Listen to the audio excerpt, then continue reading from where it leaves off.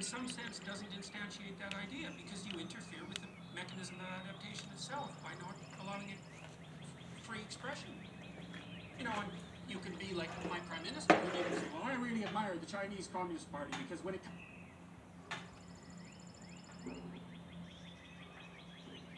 enacted legislation making it illegal to discriminate on the ground of, quote, gender expression, close quote. Jordan Peterson, a clinical psychologist at the University of Toronto, objected. In particular, he flatly refused to use politically correct gender pronouns, said so in videos, and went viral. In 2017, he began a series of podcasts called The Psychological Significance of Biblical Stories that has been viewed by millions. In 2018, he published a book, 12 Rules for Life, An Antidote to Chaos, that became an international bestseller. Last year, he published another bestseller, Beyond Order, 12 More Rules for Life. And then he resigned from the University of Toronto, we'll come to that, to devote himself to lectures and podcasts. Jordan Peterson, welcome. Thank you, thank you. I should note, by the way, that we're filming today as part of the Classical Liberalism Seminar at Stanford. All right, question one. The February protest by Canadian truckers. They're protesting COVID restrictions. Some of them block border crossings. Some of them snarl the capital city of Ottawa. A quotation, then a video clip. Here's the quotation. You, in a message you taped for the protesters, I'd like to commend all of you for your diligence and work on accomplishing what you have under trying conditions, and also for keeping your heads in a way that's been a model for the entire world. Close quote. Now the clip. It has to stop. The people of Ottawa don't deserve to be harassed in their own neighborhoods. They don't deserve to be confronted with the inherent violence of a swastika flying on a street corner, or a Confederate flag, or the insults and jeers just because they're wearing a mask. That's not who Canadians are. All right, so here's Wow. here's I can the hardly even look at him. here's the first question. How can discourse in a great democracy have become so polarized that Jordan Peterson and the Prime Minister look at exactly the same set of events and come to opposite conclusions about them? Well, he's lying, and I'm not. So that's a big part of the issue. I don't believe that he ever says a word that's true. From what I've been able to observe, it's all stage acting. He's crafted a persona. He has a particular instrumental goal in mind, and everything is subordinated to serve that. And Why? so, What's the motivation? the same motivation that's generally typical of people who are narcissistic, which is to be accredited with moral virtue in the absence of the work necessary to actually attain it. All right. He's playing a role. You know, the swastika thing, it's like, really, just untrue. about Canadians? Really? We're going to be worried about Nazis in Canada? Because I had protests, for example, where people accused me of attracting Nazis. First of all, that just isn't a thing in Canada. There isn't a Nazi tradition. And I don't know anyone in Canada who's ever met anyone who's met someone who was Canadian and who was a Nazi. And so that's just a non-starter. And so when that sort of thing gets dragged into the conversation, right off the bat, you know, the Canadians shouldn't be subjected to the inherent violence of a swastika. First of all, it's not even obvious what that swastika was doing there. There's reasonable evidence to suggest that the person who was waving it was either a plant or someone who was making the comment that that was what was characteristic of the government, not of what they believed. Now, no one knows, because the story around that event is messy, and it's not like there were credible journalists who were going in there to investigate thoroughly. But to use that and the Confederate flag issue is exactly the same thing. You know, the story in Canada, our Prime Minister implemented the Emergencies Act, and so the question was why? And so I went on Twitter when this was trending and read at least 5,000 Twitter comments to try to get a sense. These were people who are supporting Trudeau. in his application of the Emergencies Act, and I was trying to figure out, okay, well, what do they believe is happening? And the story seemed to be, and this is as far as I can tell, and maybe I'm wrong, the story was something like, make America great again. Conservative Republicans on the, pretty far right were attempting to destabilize Canadian democracy. And so my question was, well, what makes you think they care, first of all, about Canada and its democracy? And second, why in the world would they possibly do that? You need a motive for a crime like that. And that was at the same time the CBC was insisting, the Canadian Broadcasting Corporation, which is subsidized by the Liberals to the tune of $1.2 billion a year, was insisting that most of the money that the truckers raised was foreign financed. If it wasn't the bloody Russians, then it was the American conservatives. And so that all turned out to be a complete lie. And so, fine, it's Republican right-wingers trying to destabilize Canadian democracy. Why? No one has an answer for that, because what's in it for them? And then, okay, 3 days later, the Emergency Act was lifted. And I thought, okay, now what are they going to make of that? What could possibly be the rationale for that? And the rationale was, well, that just shows you how effective he was. We had this coup ready to go that was financed by Americans, apparently, and our Prime Minister acted so forthrightly that we only needed to be under the strictures of the Emergency Act for 3 days. It's like, okay, I don't even know what sort of world I exist in where those things are happening. So, and then Canadians, why do Canadians buy this to the degree they do? And I think they're faced with a hard choice, because in my country, for 150 years, you could trust the basic institutions. You could trust the government. It didn't matter what political party was running it. You could trust the political parties, right from the socialists over to the conservatives. The socialists were mostly union types, and they were trying to give the working class a voice, and honestly so. You could trust the media. Even the Canadian Broadcasting Corporation was a reliable source of news.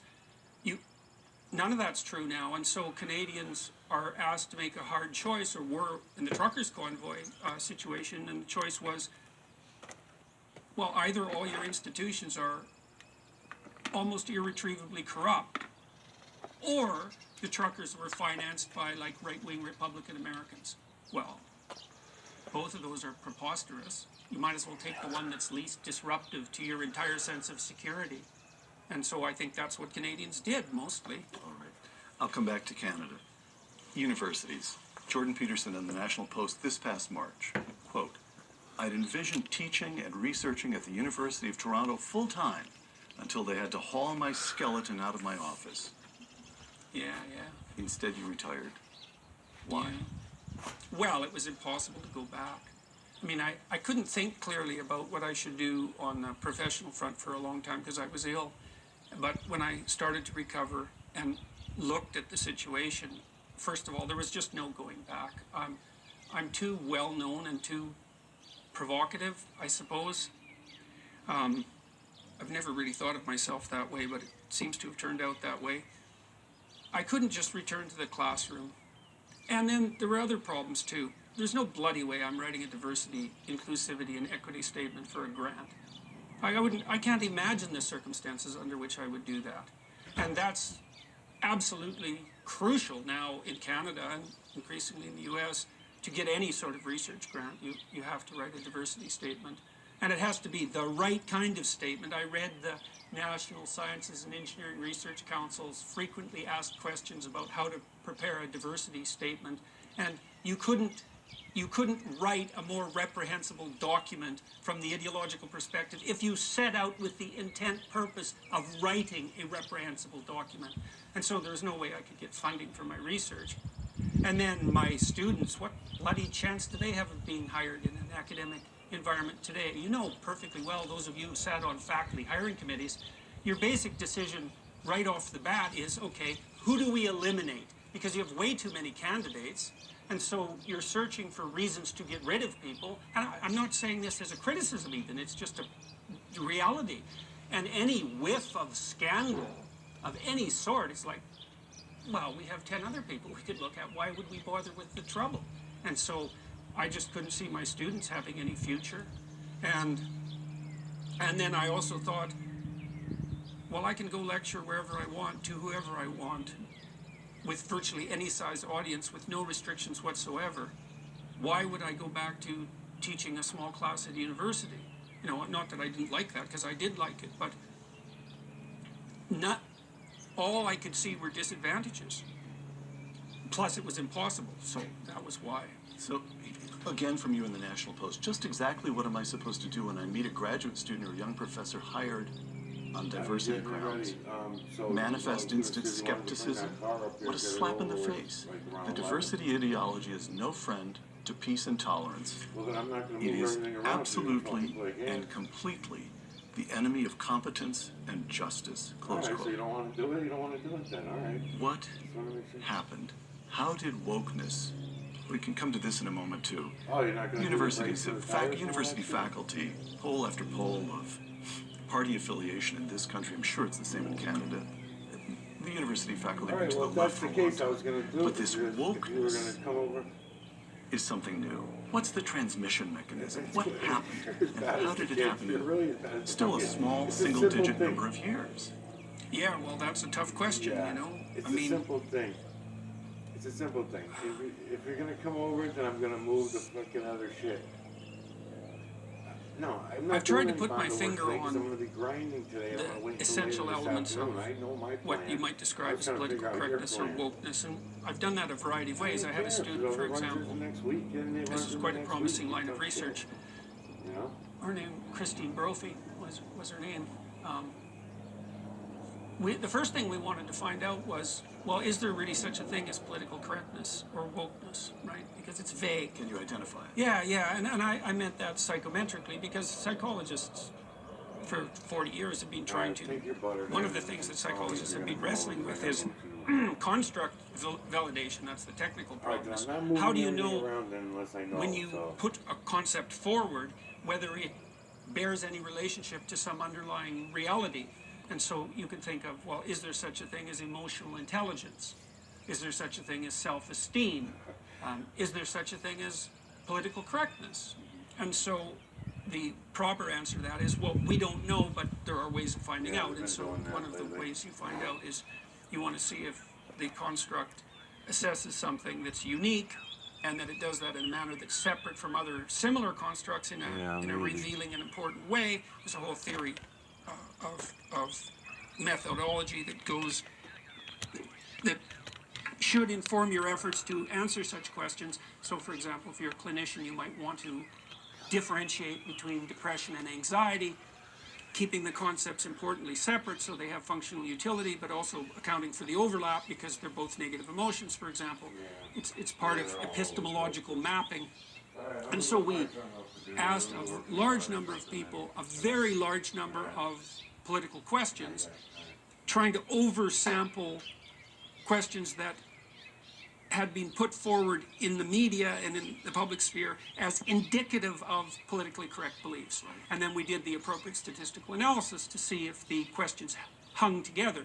And so they hang together if question A is politically correct, let's say, you answer it positively, and question B is politically correct, and you answer it positively. If there's a large correlation between those two questions, then you think, well, they're assessing some underlying, I don't have to tell you all this, but you know this if you know anything about statistics, then you know that there's something underlying that's holding them together. And we identified a set of beliefs that were observable or identifiable, easily identifiable as politically correct. So then the question, so that it exists, then the question is, where does it come from?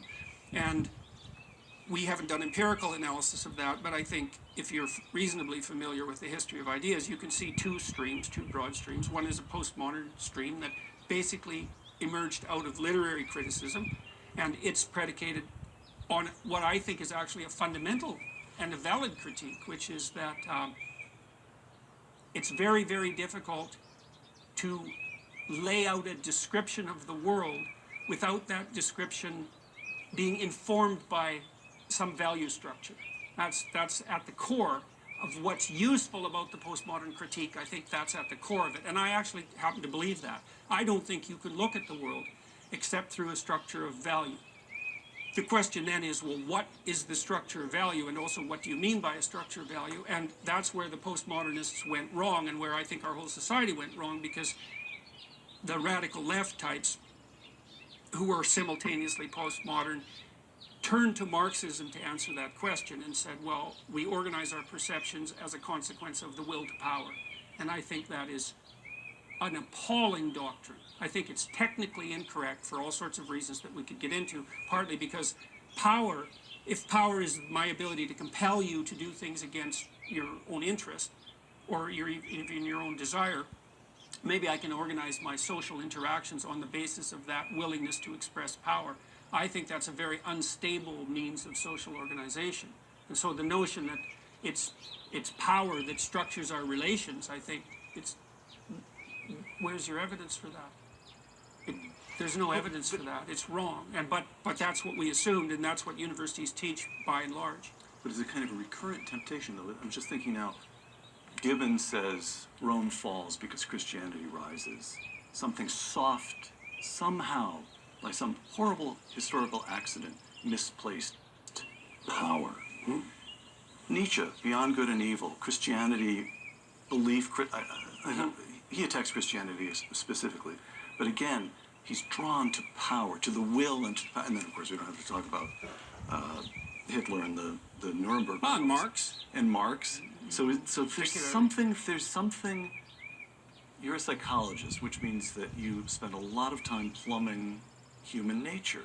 There's a kind of recurrent temptation there. In other words, it makes no sense to me that this thing that has raged through these great, magnificent institutions, these universities that our grandparents and great-grandparents sacrificed to give money to, and these magnificent citadels of learning, this corruption goes it makes no sense that it emerged from Lit Crit. It makes no sense to me to suppose that English departments suddenly took over.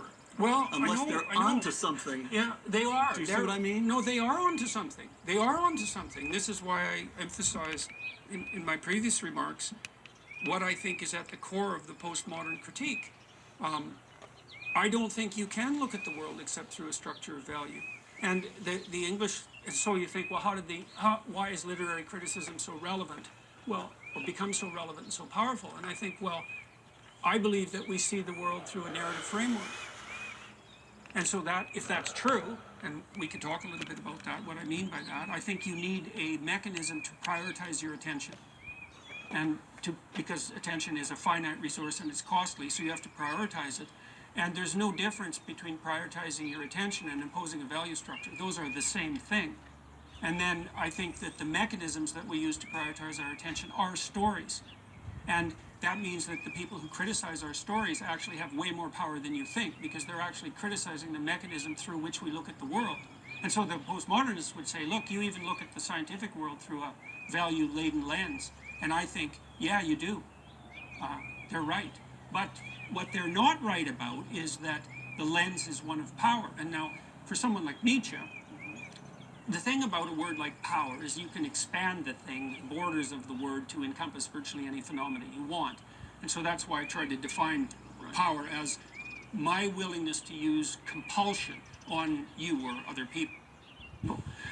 Because power can be authority, power can be competence. I don't mean any of that. I mean, you don't get to do what you want. Coercion. I get to tell you. Coercion, exactly. And I do think the Marxist types view the willingness to use coercion as the driving force of human history, and that's really saying something, because that means it's the fundamental motivation. And that's a very caustic criticism, and it's easy to put people back on their heels about that. You know, one of the things you see about capitalists, because I've been stunned to see the CEOs of major corporations like roll over in front of these DEI activists. I think, well, what the hell's wrong with you people? You know, you're not even making use of your privilege, and why are you well, it's not very powerful if you're the CEO of a major corporation. You can't even withstand some interns who have DEI ideology. It's like it's doing you a lot of good. And and why would you produce a fifth column within your organization that's completely opposed to the entire manner in which you do business and the capitalist enterprise as such? And one answer would be, well, we don't think much about ideas. It's like, well, maybe you should. And you know, you could be cynical about it and say, well, it's just a gloss to keep the capitalist enterprise going while appearing to to meet, the new demands of the new ethical reality, which I think is a bad argument too. But I love this guy too. This more guy's, importantly, I it's like this that guy better than they were guilty. Wolf. I heard Wolf the And other day for the the first time, radicals who and he's a accuse socialist, us a all, Marxist. I'm sorry, a Marxist. historically and as individuals, of being motivated Socialist, by same nothing but thing, I the guess. desire for Which they're all power, bullshit. I mean, they're all strike a bullshit. This chord, guy's really especially with close people though. who This are guy's conscientious, more. because if you're a conscientious This guy, person and if someone this comes to you guy and here, says, I don't like even a know little his name mob of yet. 30 people says, I missed it in the beginning. you could be a little more careful in what you say and do on the racist front and the sexist front, etc. But if he's seen what I'm You're like trying to show you well, guys, he would see I'm this and not he'd perfect. get it. I probably That's could be a why little I'm more playing the careful, and video it's no again, doubt that people back have in the been camera. oppressed in the past, and it's And also no towards doubt the that in end, some wait till you hear sense, some of the shit I'm that he the says relates exactly undeserving to what it is that I'm beneficiary showing of you here. historical atrocity. And it's so, just maybe I should nobody's. look to It's myself. not nobody's able to that see it. It's everyone that's refuses to see it. We've all weaponization been of guilt, and programmed it's very not to look. effective, and it's not Been surprising. programmed to look but the it's not opposite way. helpful. So, so there's a resentment that drives this, like a corrosive resentment that's able to weaponize guilt, and it's very difficult for people to withstand it. Listen, I asked friends what one question they'd most like to hear me ask you, and it was everybody said the same thing. And then I came across you on a video saying a few years ago, people often ask me if I believe in God. I don't like that question, so I won't ask that question. But the role you just talked about values. So here's a question. I want to hear how you think about this. This is a question that strikes me as philosophy 101, although I have to admit there are other people who just see no traction in this one at all. My late friend Christopher Hitchens just batted this one away. And here's the question. If there is no standard, we don't have to rise to the calling it God, but if there's no objective standard of reason outside and above ourselves, if everything is just matter, how can we think? How can we do science? C.S. Lewis. This is C.S. Lewis. And Hitchens just thought this made no sense at all, but I feel it. C.S. Lewis, if I swallow the scientific cosmology as a whole, meaning only all that exists is what we can perceive through our senses, then not only can I not fit in religion, I cannot even fit in science. If minds are wholly dependent on brains, and brains on biochemistry, and biochemistry in the long run on the meaningless flux of the atoms, I cannot understand how the thought of minds should have any more significance than the sound of the wind in the trees. You feel that one as well. Yeah, well, that's a complicated problem. First of all, I do believe that I don't think science is possible outside of an encompassing Judeo-Christian ethic. So, for example, I don't think you can be a scientist without believing, as an axiom of faith, that truth will set you free, or that will set us free.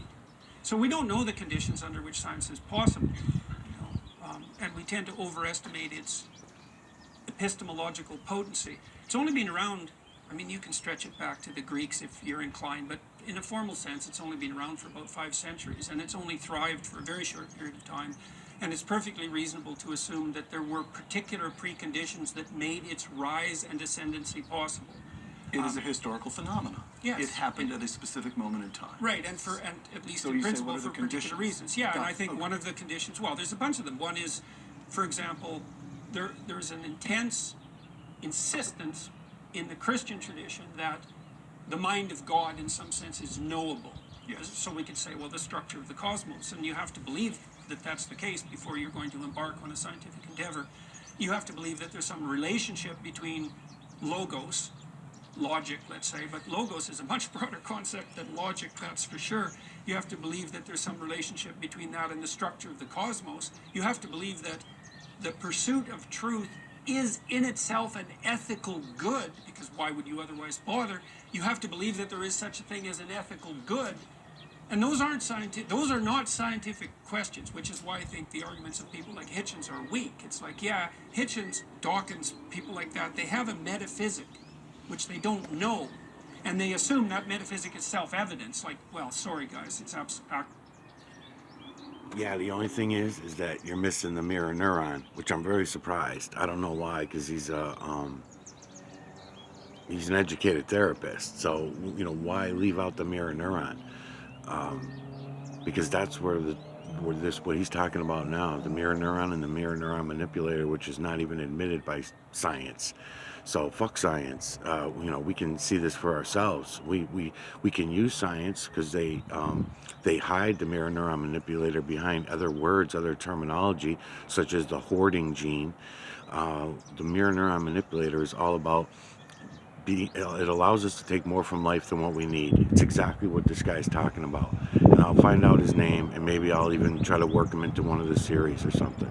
I don't want to work him into the Candace Owens series because I want to stick with Pastor Brooks in this series. Even if I don't put his name in the title, I still want to keep shouting out to him a little bit throughout the Candace Owens series. And but this guy's missing the mirror neuron, and it's kind of surprising because I like this guy a lot. I'll be at least learning his name. Actually not self-evident, and they assume that it can be derived from the observations of empirical reality, and the answer to that is no. There's going to be axioms of your perceptual system that aren't derivable from the contents of your perceptual system. And you might think, well, that's not very scientific, and I would say, well, take it up with Roger Penrose and see what he thinks.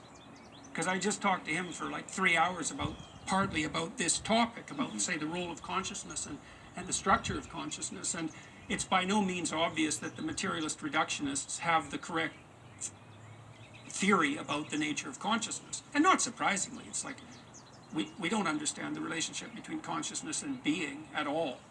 And so These are hard questions. Well, the hard question for consciousness researchers is why is there consciousness, rather than why aren't we just unconscious mechanisms acting deterministically? They call that the hard question. I don't think that is the hard question. I think the hard question is what's the relationship between consciousness and being itself? And because I can't understand what it means for something to be in the absence of some awareness of that being. So when we say being, there's an awareness component implicit in the idea of being itself. Consciousness is integrally tied up with being in some mysterious manner. And I also don't believe that the most sophisticated scientists are by necessity reductionist materialists. Like, get as far as you can with that, no problem. It's Occam's razor clear. If you can reduce and account deterministically, no problem. But don't be thinking that accounts for everything, because I don't think there's any evidence that it does. From science to politics, 2 quotations. Jordan Peterson, this is a tweet of just last month. Does anything other than the axiomatic acceptance of the divine value of the individual make slavery a self-evident law? Right, okay. Good, that's a good one to pick Here's- up. Yeah. Well, it's my friend Jordan Peterson who tweeted it after all. Yeah. GK Well, yeah, I was thinking about. Hold on, I want to give you. I'm Sorry. going to put you in august company here. Okay. That's you. Yeah. Here's G.K. Chesterton. The Declaration of Independence bases all rights on the fact that God created all men equal. There is no basis for democracy except in the divine origin of man. Mm-hmm. So these are very similar thoughts. And the notion here is that if we can't do science without some notion, am I allowed to call it the divine? Well, let's Yeah, just that's say fine. with the Judeo-Christian. No, the divine's fine. We all can right. You define use that that word. technically too. Okay. Oh, can you? All right. That might get us off Yeah. this slightly uncomfortable hook here. Yeah. Talking about icky stuff like religion. But, so, if we can't do science without a notion of the divine, can we engage in self-government? No. Well, one of the things I've been talking to my audience about is this right to free speech and how that might be conceptualized. Because you can think about it as a right among other rights, let's say. So it's just one of a list of rights. And you can also think of rights as being granted to you, let's say, in some sense by the social contract. And so, which is a different theory, say, than the notion that rights originate in some underlying religious insistence of the divine value of the individual. The problem with there's a bunch of problems with the rights among other rights argument. I don't think free speech is a right among other rights. I don't think there's any difference between free speech and thought. And it has to be free, because if it's not free, it's not thought. So imagine mostly you have to think about hard things, because why think? Otherwise, if everything's going all right, you don't have a problem. when you have a problem, you have to think, and if you have a problem, the thinking is going to be troublesome because you're going to think things that upset yourself and upset other people. It's part of the necessity. It's part of what will necessarily happen if you're thinking. I just want to repeat. Yeah. You said something that just stopped me. Sorry, because I Yeah, actually no stopped problem. me so completely cold Yeah. that I missed a little bit of what followed. I just want to repeat it. There is no difference between speech and thought. If you're Yeah, going right. to have free thought, you must have free speech. Well, That's the argument. Yeah, okay. Well, I'll unpack Why- that first and then return to the other Please. one. Well, Right. there's a bunch of reasons for that. I mean, first of all, mostly you think in words. Now, people also think in images, but I'm not going to go into that. We'll just leave that aside. But mostly we think in words. And so we use a mechanism that's sociologically constructed, the world of speech, to organize our own psyches. And we do that with speech. And basically, when you think, there's two components to it I love this that guy. are internal. He's in a really sense. good. When you like think him you a have lot. a problem, so you ask yourself a question, and then answers appear in the theater of your imagination, generally verbally. So that'd be like the revelatory element of thought. And that's very much prayer-like in some fundamental sense, because it's very mysterious, you know, the fact that you can pose yourself a question, and then you can generate answers. It's like, well, why did you have the question if you can generate the answers? If the answers are just there, and where do the answers come from? Well, you could give a materialist account to some extraordinarily limited degree, but phenomenologically, it's still the case that you pose a question to yourself in speech, and you receive an answer in speech. Now, it can also be an image. Forget about that. Well, then the next question is, what do you do once you receive the answer? And the answer is, well, if you can think, then you use internal speech to dissect the answer, which is what you do, for example, you encourage your students to do if they're writing an essay. You know, they lay out a proposition, and then you hope they can take the proposition apart. And essentially, if they are, what they're doing is they're transforming themselves into avatars, speaking avatars of two different viewpoints. So you have the speaker for the proposition, and then you have the critic, and maybe you lay out the dialogue between them, and that constitutes the body of the essay. And you have to be bloody sophisticated to manage that, because it means that you have to divide yourself in some sense into two avatars that are oppositional, and then you have to allow yourself to be the battle space between them. And people have to be trained to do that. That's what universities are supposed to do. It's really hard. What people generally do instead of that is talk to other people. And that's how they organize themselves, by talking to other people. And then the reason you have the right to free speech isn't so that you can just say whatever you want to gain a hedonistic advantage, which is one way of thinking about it. You have a right to say whatever you want, like you have a right to do what you want, you know, subject to certain limitations. So it's like, it's a hedonic freedom. It's like, no, that's not why you have a right to free speech. You have a right to free speech because the entirety of society depends for its ability to adapt to the changing horizon of the future on the free thought of the individuals who compose it. It's like a free market. In some sense, it's a free market argument in relationship to thought. We have to compute this transforming horizon. Well, how do we do that? Well, by consciously engaging with possibility. Well, how do we do that? Well, it's mediated through speech. So societies that are going to function over any reasonable amount of time have to leave their citizens alone to grapple stupidly with complexity, so that out of that stupid grappling, fraught grappling that's offensive and difficult and upsetting, we can grope towards the truth collectively before taking the steps to implement those truths before they've been tested. And so that's the free speech argument. The divinity argument is, well, you are that locus of consciousness. That's what you are, most fundamentally. And the reason that's associated with divinity, that's a very, very complicated question. But part of the reason, I outlined this in my series on the biblical series on Genesis, is at the beginning of Genesis, for example. So imagine this divinity of the individual is rooted in the narrative conception that's part and parcel of the Judeo-Christian tradition. You have God at the beginning of time, in whose image man and woman are made, acting as the agent that transforms the chaos of potential into the habitable reality that is good. And he uses the word, the divine word, logos, to do that. And what that implies is that the word that's truthful, there's more to it than that, but the word that is truthful is the word that extracts habitable order out of chaos. And that's what characterizes human beings, that capability. And I think, yeah, that's right. So wait. And then you might ask, do you believe that? I would say, well, that's what your culture is based on. So you might say, I don't believe that. It's like, fair enough, say what you want, but try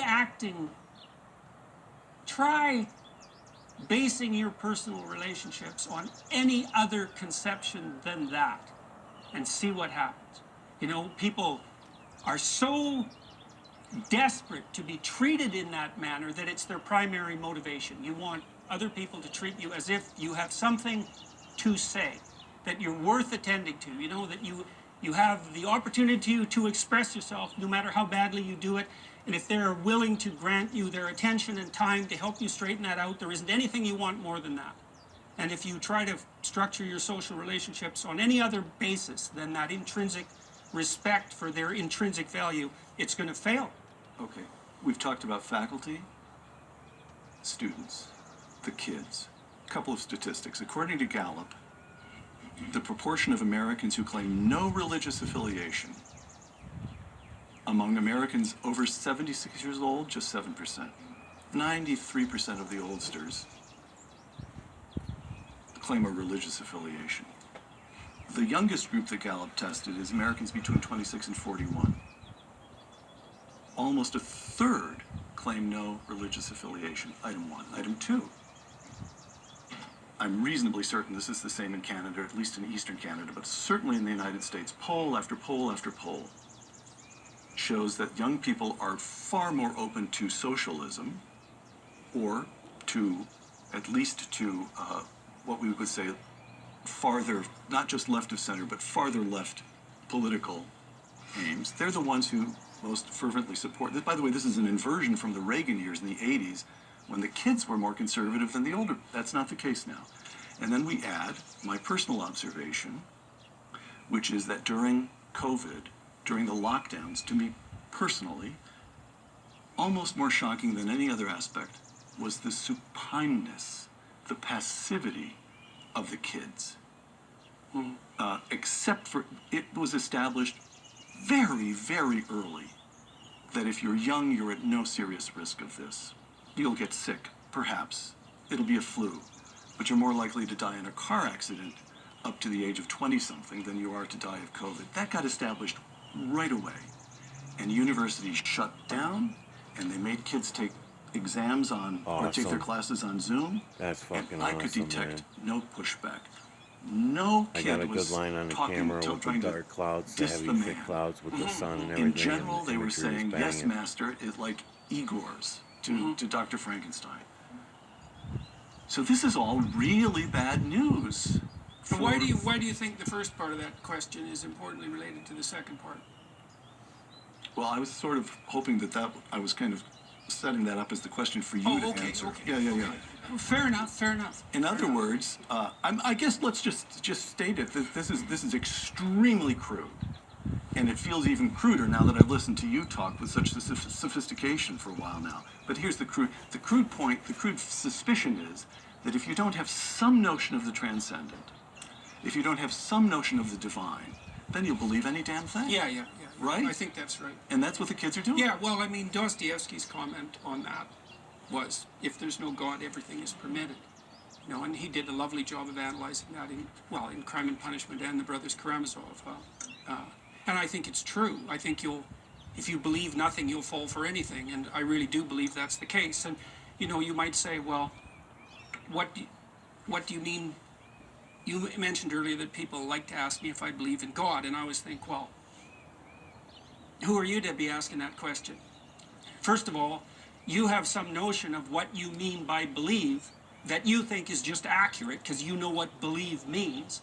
And so you have an a priori theory about belief. And now you're asking me if my belief in God fits into your a priori theory. It's how about we start by questioning your a priori theory of belief? Because I don't even know what you mean by belief, and neither do you.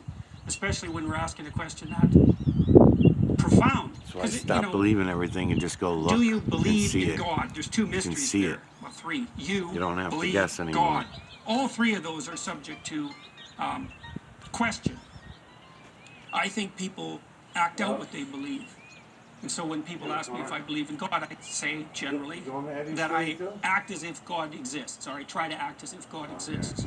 And they're not very happy about that because they want me to abide by the rules of, the implicit rules of their question, which is no, do you believe in the religious view as a pseudo-scientific description of the structure of reality?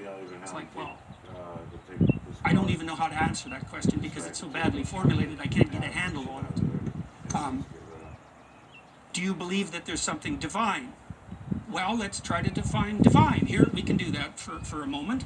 Most of us have some sense that literary stories differ in their depth. I don't think that's an unwarranted proposition. Some stories are shallow, and some stories are deep. Some stories are ephemeral, and some move you deeply. Whatever that means, it's a metaphor, but we understand what it means. Imagine there are layers of literary depth.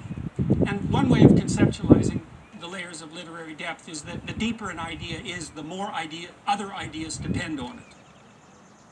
Right? And so you have fundamental ideas that are fundamental because if you shake that idea, you shake all the ideas that are dependent on them. And then I would say, well, the realm of the divine is the realm of the most fundamental ideas. And you don't get to believe in that or not, because the alternative is to say, well, all ideas are equal in value. It's like, okay, well, try acting then. And you can't, because you can't act unless you prioritize your beliefs. And if you prioritize them, you arrange them into a hierarchy. And if you arrange them into a hierarchy, you accept the notion of depth. And so that's a no-go. When we use language of the divine, we're talking about the deepest ideas.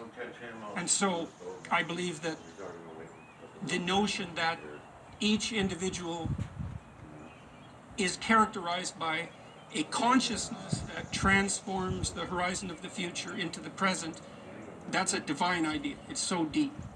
And our cultures necessarily, I think functional cultures are necessarily predicated on that idea. So I don't just think it's a Western idea. I don't think you can have a functional culture that in some sense doesn't instantiate that idea, because you interfere with the mechanism of adaptation itself by not allowing it free expression. You know, and you could be like my prime minister and you can say, well, I really admire the Chinese Communist Party because when it comes to environmental issues, they get things done. And I think I couldn't begin to tell you how many things are wrong with that statement. It would take like 15 years to tell you why you're an inexcusably narcissistic idiot. But we can start like simply. If you know what you're doing and you have power, if you know what you're doing, maybe you can be more efficient in your exercise of, in your control over movement towards that goal. Let's just assume for a minute that you do know what you're doing. Well, maybe if you have power, then you're efficient. Fair enough, man. What about when you don't know what you're doing? How about then? Where do you turn? Because what that means is your ideology failed you. And do you have a mechanism for operating when you don't know what you're doing? Well, no, because we always know what we're doing because we're totalitarian and we have a complete theory of everything. And don't say anything to the contrary or else. We've got it all wrapped up. Yeah, except when you don't. And so what do we do in free societies when we don't know what we're doing? Well, we let people talk.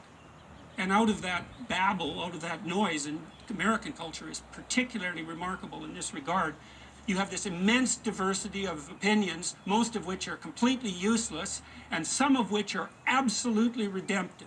And one of the things that's so remarkable as a Canadian observing your culture in particular is that, you know, you guys veer off in weird directions fairly frequently and things look pretty unstable, and then there's some glimmer of hope somewhere that bursts forward in a whole new mode of adaptation, and away you go again. And that just happens over and over and over. And that's a consequence of real diversity, and it's definitely a consequence of like freedom of association and freedom of speech, because it enables all that. George, so that's optimistic, and I always like to end a show on an up note here, but I'm not quite ready to end the show yet. So I want to hold that. I'll put a pin in the optimism. You mentioned Trudeau Trudeau's admiration for the Chinese Communist Party. Ray Dalio, billionaire. On China, empires rise when they're productive, financially sound, earn more than they spend, and increase assets faster than their liabilities. Objectively, compare China and the U.S. on these measures, and the fundamentals clearly favor China. Close quote. Now, this is Jordan Peterson writing about communism in your introduction to the 50th anniversary edition of the Gulag Archipelago. The 50th anniversary of the publication of that in the West takes place next year. Jordan Peterson, no political experiment has been tried so widely, with so many disparate people, in so many different countries, and failed so absolutely and catastrophically. How much proof do we need? Why do we still avert our eyes from the truth? Now, I'm setting this up because this next quotation I think is actually quite beautiful, and I really want to see what you do with it. Ray Dalio gives voice to this persistent temptation. Jordan Peters says, why? Why do we still feel tempted? And Dostoevsky, in The Legend of the Grand Inquisitor, the Grand Inquisitor is speaking to Christ, and he says to Christ, you're all wrong. Receiving their bread from us, the people will clearly see that we take the bread from them to give it back to them, and they will be only too glad to have it so, as we will deliver them from their greatest anxiety and torture, that of having to decide freely for themselves. Never was there anything more unbearable to the human race than personal freedom. Close quote. It's too hard. Dr. Peterson, it's just too hard. Canada had a good run. The United States had a good run. But sustaining free societies across the decades and across the generations is just too hard for human nature to bear. No, you're not supposed to agree with that. Well, two things. The first thing is that man does not live by bread alone. So that's the first rejoinder. And the second is